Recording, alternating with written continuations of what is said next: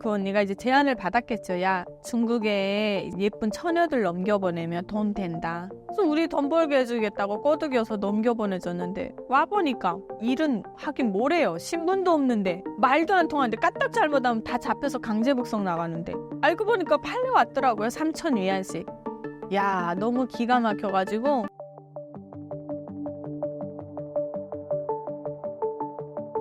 처음 탈북을 해야겠다고 결심한 이야기가 궁금합니다. 그러니까 제가 일부에서 얘기했잖아요. 북한 사람들은 바보가 됐다고. 그러니까 한마디로 정신적 기형아가 된 거예요. 판단을 못했으니까. 저 사상 엄청 좋았어요. 저는 완전 모조리였어요. 진짜. 정말 거지것대로 우리가 못 먹고 못 사는 거 다 미제 침략자들과 남조선 때문인 줄 알았어요. 어머, 근데 제가 얼마 전에 미국도 갔다 왔거든요. 그래서 아직 시차 적응이 안 됐는데, 그리고 한국에도 와서 보니까, 이건 정치 얘기는 아니에요. 미국이 고마운 나라더라고요. 우리 6.25 때 동맹으로 들어와가지고 북한한테 먹힐 뻔한 거 막았잖아요. 난 그때 안 됐으면 난 어디로 갔지? 지금 생각해보면. 어쨌든 그런 이제 고마운 나라들이고, 제가 한국에 와서 살면서 보니까 한국은 북한을 침략한 적이 없더라고요. 맨날 저쪽에서 괴롭혀.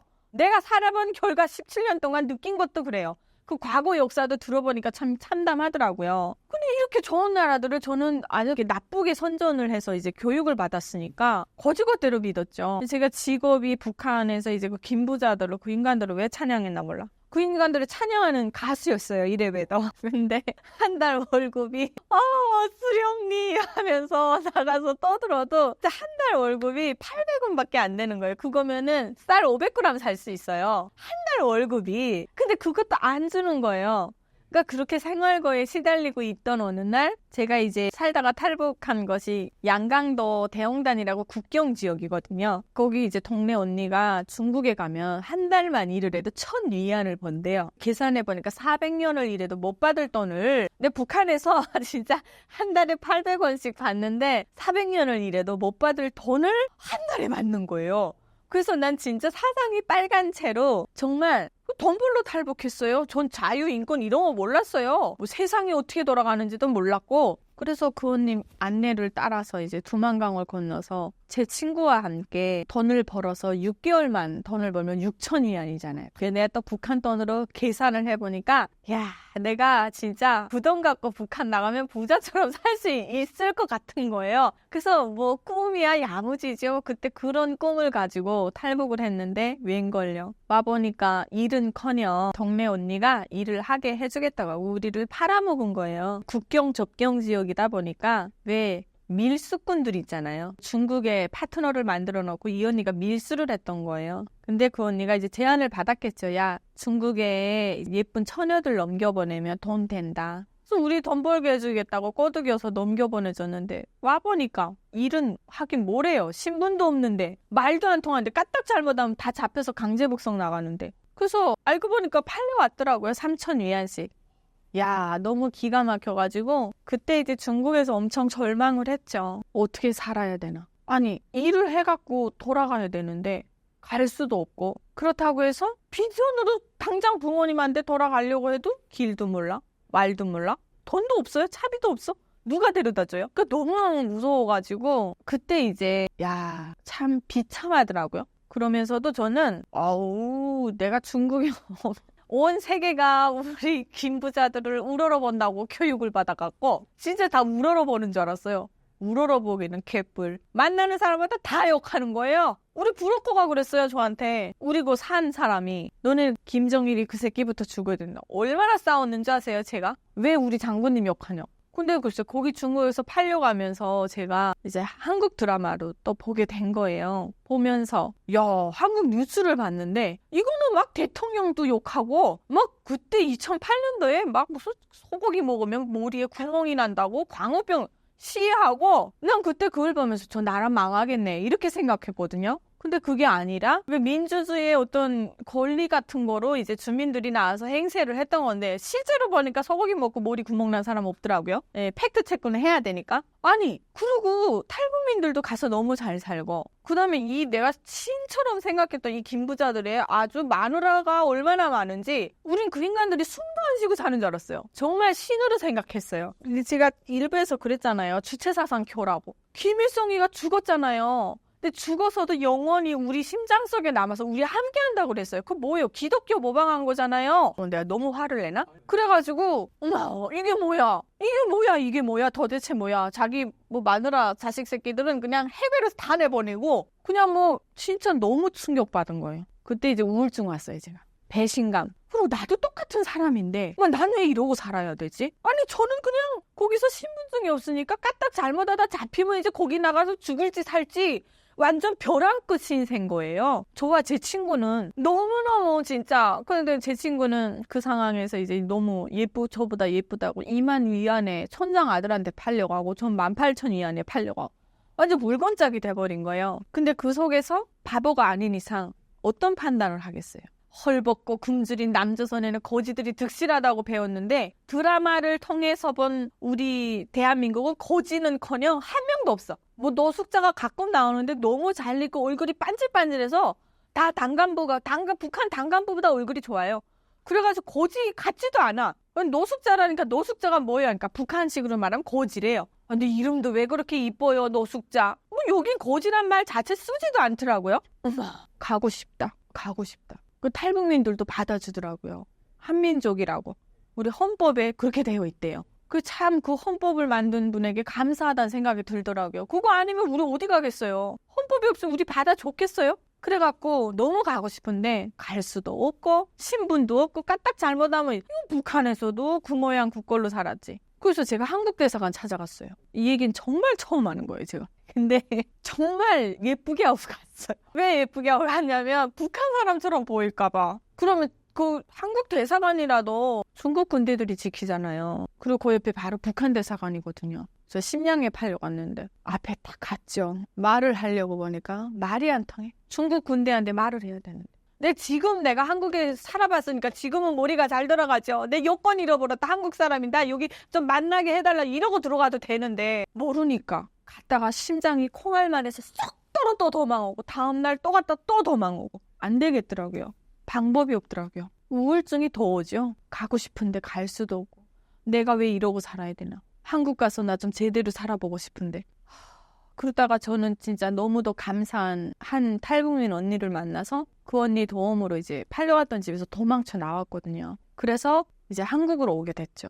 근데 저는 북한에서 3,000 위안에 그 동네 언니한테 팔려왔고 두 번째 저 친구와 제가 예쁜 여자애들이니까 브로커가 겁탈하려고 했어요. 어찌 보면은 그 사람들 말 한마디에 우리 생과 사가 달려있거든요. 야, 너 신고해버릴 거야 하면 우리는 시키는 대로밖에 할 수 없었어요. 근데 그때는 무슨 배짱인지 보이는 게 없더라고요. 그래서 저희가 너무 있는 대로 반항하고 둘이 똘똘 뭉쳐다니니까 우리를 감당하기 힘들어 딴 데 팔아버렸어요. 딴 인신매매꾼들에게. 그리고 마지막으로 이제 팔려갔던 곳에서 제가 도망쳤는데 그래서 총 3번을 팔려갔는데 저는 이거 꽃길이에요. 저는요 어디 명함도 못 내밀어요. 북한에서 이제 배고픔을 겪던 여성들이 90년대 탈북을 제일 많이 했어요. 단순히 그 사람들이 자유, 인권?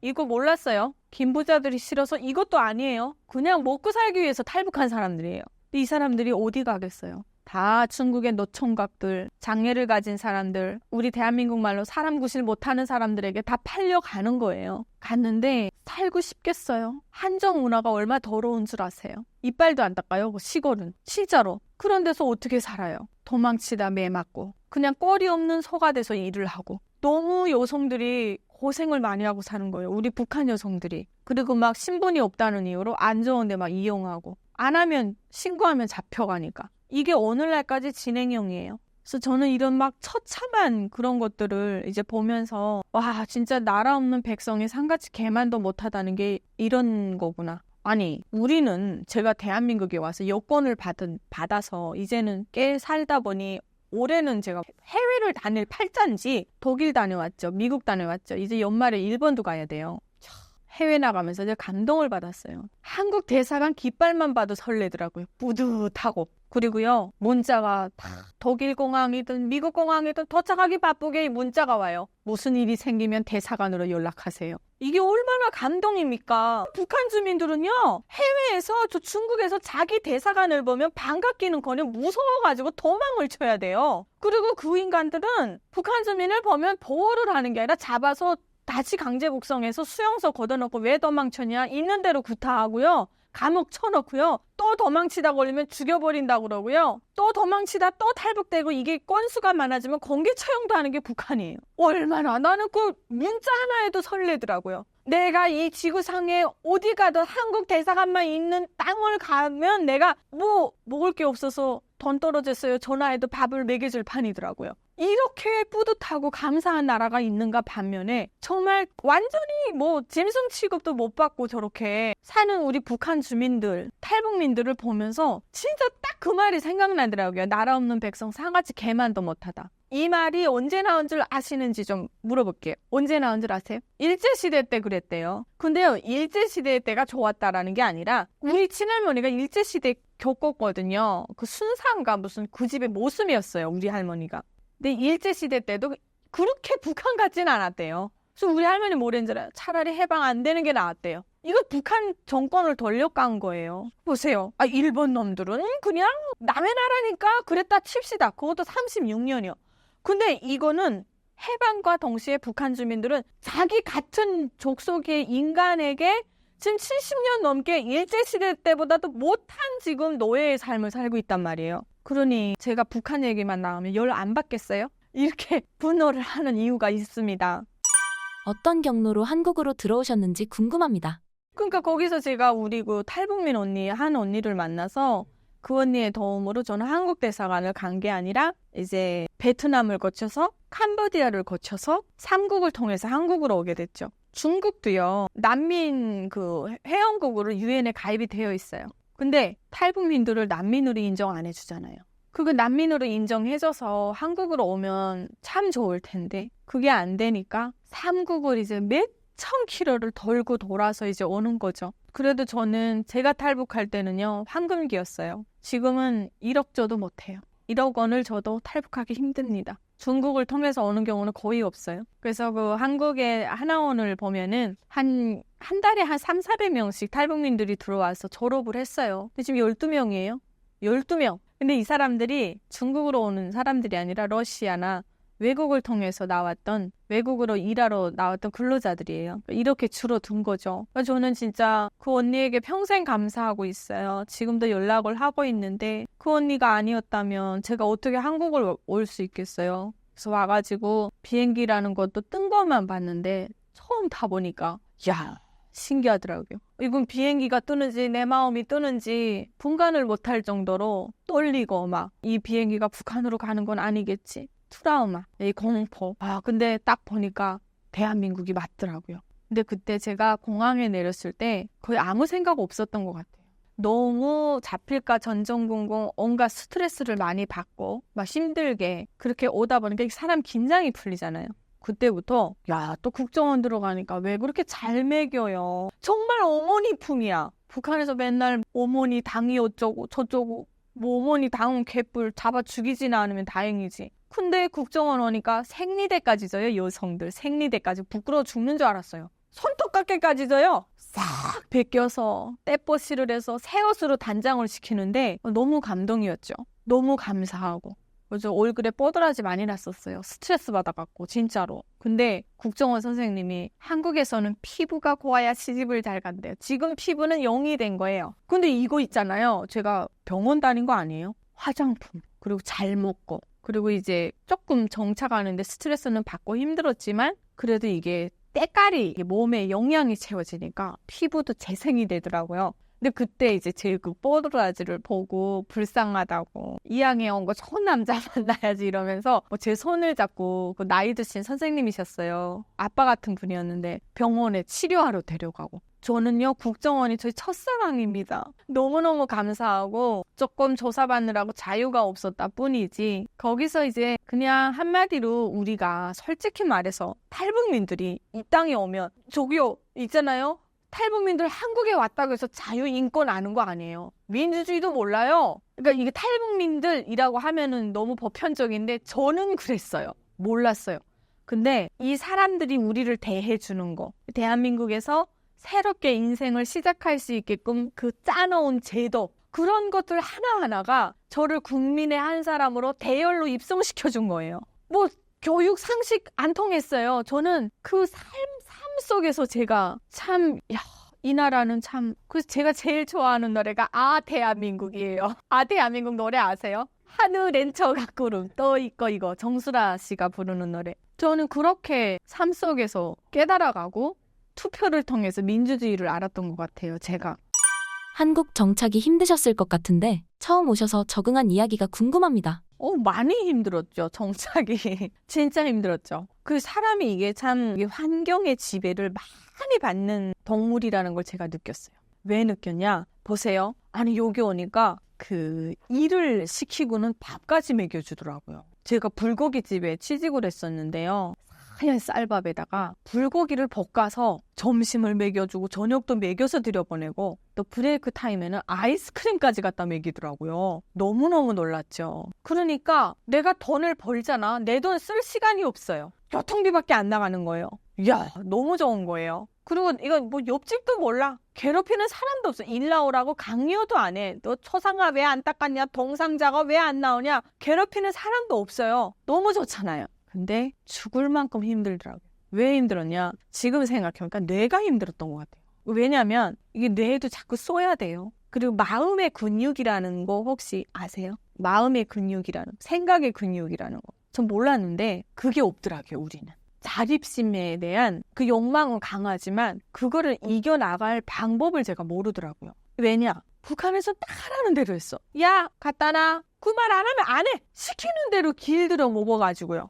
그리고요, 웃기는 게 북한에서는 알아서 잘하잖아요. 그럼 왕따 대상이에요. 왠지 알아요? 아니, 나는 그냥 시키는 대로 하고 조금 몸을 아끼고 싶은데 쟤는 안 시켜도 너무 알아서 잘하니까 나랑 비교가 되잖아요. 그러니까 나는 놀새 같잖아. 일 안 하는 건달 같잖아. 그러니까 이런 말이 있습니다. 쫄딱이는 혁명의 원수다. 쫄딱 나선다고 생각을 하는 거예요. 이게 문화 차이더라고. 여기 오니까 여긴 성실하지 않으면 바로 잘려요. 근데 전 다행히 성실했어요. 근데 이 마음의 근육이라는 게 뭐냐? 뉴스를 봐도 뭔 말인지 모르겠어. 진짜로. 저게 무슨 말일까? GDP가 얼마고, GPI가 뭐 글로벌? 뭐 도상개발국? 야, 이런 수준 높은 단어들이 막 뉴스에서 쏟아지는데 그걸 봐도 멍하니 하자. 이거 통하는 건 드라마밖에 없어. 사랑하다 헤어지고 헤어지면 외국 나갔다 선글라스 뒤집어 쓰고 나타나고 삼각관계 뻔해. 뭐 애기가 바뀌고 나중에 요 스토리 하나 밝혀지는 게 100회까지 나가 드라마가. 그거밖에 없어. 알아듣고 버는 거는 흥미를 가져갖고. 그런 데서 자존감이 떨어지더라고요. 너무너무. 나 이 사회에 쓸모없는 인간인가? 그리고 외롭더라고요. 너무 외롭고 한국 분들, 도우미 분들을 많이 만났어요. 저는 정말 예쁘다고 저를 인복이 많아갖고 종교를 개정하면은 저를 양딸 삼아주겠다는 이 대한민국으로 북한으로 표현하자면 진짜 대왕 당간부 그 사모님인데 구청장 사모님이셨어요. 저는 기독교인인데 종교를 개정하라고 하면서 나 싫다 이렇게 얘기를 했던 적도 있고. 그런데 그분들이랑 이렇게 대화를 해도 너무 다른 거예요. 그냥 딴 세상 사람인 거예요. 너무 우아하고. 근데 상대적 빈곤, 상대적 박탈감, 그 비교가 많이 되더라고요. 그래서 나는 언제면 이런 분들처럼 살 수 있을까?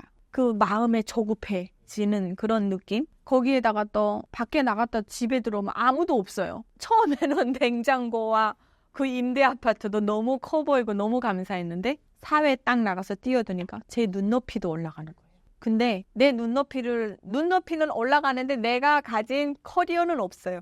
맨날 북한에서 싸우자, 죽이자, 때리자 이거밖에 없어. 여기 와서 할 수 있는 게 나는 맨날 나가 식당 일밖에 하는 게 없어. 아니, 북한에서는 해외에 나와서 식당이라는 게 최고의 직업이에요. 그래서 평양의 처녀들이 해외 평양 식당 차려가지고 냉면 팔아서 비자금 바치잖아요. 그러려면은 정말 이뻐야 돼. 식당 일 하려면 여성들이. 그리고 혁명 사상 이거 완전 제대로 확립하고 나오지 않으면 안 돼요. 근데 한국에 오니까 제가 직업에 귀천이 없는 거 알아요? 그러니까 직업을 비하하는 건 아닌데 나같이 젊은 사람들이 식당 일을 안 하더라고요. 대학을 가더라고요. 근데 난 대학도 갈 수 없어. 북한에서 배운 거 여기 와서 다시 배워야 돼요. 저는 지금 대학을 다니고 있어요. 왜냐면 왜 그때 더 우울하고 힘들었냐면 대학가 공부하려면 돈을 못 벌어요. 그러면 북한에 두고 온 가족을 책임지는 하나의 내 가장이 된 건데 돈도 보내줘야 돼요. 1년에 한 2번 보내면 한 3, 400 나가요. 그러면 제가 월급을 식당에서 해서 받으면 얼마나 받겠어요. 생활하고 뭐 적금하고 하면 1년 버는 거 다 보낸다고 생각을 하는데, 근데 다행히 저는 돈을 그렇게 많이 보내지는 않고, 가족이 이제 나중에 연락하다 잘못했다는 소리를 듣고 미친 듯이 돈을 그냥 열심히 이제 모았죠. 모으다가 제가 할 수 있는 일이 그래도 배운 게 도둑질이라고 가수였어요. 노래를 할 수 있겠더라고요. 다행히 탈북민들이 만든 예술단에 들어가서. 그래서 제가 거기서 일하고 쉬는 날을 아르바이트하고, 그 다음에 우리 그 정착금 대신 취업 장려금으로 바꿔서 주는 게 있어요. 그걸 한 3년을 하니까 1,850만 원을 받았어요. 그래서 4천만 원이 모이더라고요. 그래서 그 돈으로 저는 가족을 모셔왔거든요. 근데 제가 대신 그 일 포기하고 공부하러 갔잖아요. 그럼 내 가정은 내팽개 치는 거예요. 그러니까 이런 갈등 속에서 저라고 23살에 한국에 왔는데 왜 공부하기 싫었겠어요? 아니 여기 오니까 뭐 그냥 23살 애기로 취급을 하더라고요. 북한은 25되면 노처녀 철값이거든요. 다 그렇게 봐요. 근데 여기는 그때 한창 대학 가고 클럽 가고 꿈을 펼치고 데이트하고 여행 가고, 근데 내 삶은 난 몸뚱아리만 왔지 가치관도 다르고 변한 것도 없고 그냥 배 채우고 돈 버는 희락밖에 없는 거예요. 그러니까 그런 데서 사람이 그냥 인간은 배만 채우고 사는 동물이 아니구나. 성취감도 필요하고 나 자신의 이 발견도 필요하고, 이런 부분들에서 제가 힘들었던 거예요. 그래서 저는 저의 이런 걸 보면서 남과 북의 이 문화적 지식 차이, 경제적 지식 차이, 이 사람들이 갖고 있는 일반적인 지식 차이도 얼마나 하늘과 땅 차이인지를 느꼈어요. 그거를 조금 메우는 단계가 되니까 17년이더라고요, 지금. 그런 것들 때문에 힘들었어요.